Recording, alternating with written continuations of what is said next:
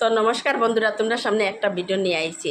আর তোমরা ভিডিওটা সবে একটু বেশি বেশি করে শেয়ার করবা, লাইক করবা, কমেন্ট করবা আর পরিবারের কাছে পৌঁছাইয়া দিবা। আজকের কথাই লগিয়া একটা মানে ভিডিও ভাইরাল হয়েছে। এটা মানে দেখলে সবরই বাচ্চা খাইচার লাগি সতর্ক।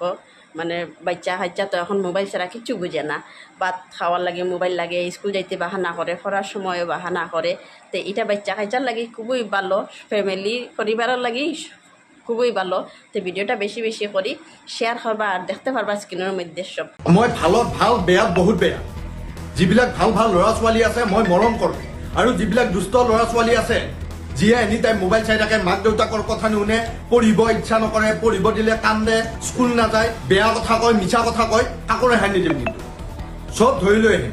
আজি 20 জন ল'ৰা ছোৱালীক আনিব গৈছিলোঁ, তাৰে 5 জন ল'ৰা ছোৱালী পলাইছে আৰু 15 জন ল'ৰা ছোৱালীক আমি ধৰি লৈ আহিছোঁ। কিন্তু যিবিলাক পলাইছে আমি ৰাতি গৈ হ'লেও উঠাই লৈ আহিম। কোনো পলাই হাৰিব নোৱাৰে। যদিহে এই ভিডিঅ' চোৱাৰ পাছত নাম আৰু ফটো অহাসকলে ভাল হ'ম বুলি নকয়, মা দেউতাৰ কথা শুনিম বুলি নকয়, মোবাইল নাচাওঁ বুলি নকয়, স্কুল যাম বুলি নকয়, কাকো ৰেহাই নিদিম। আমাৰ জিম্মাত থাকিব লাগিব।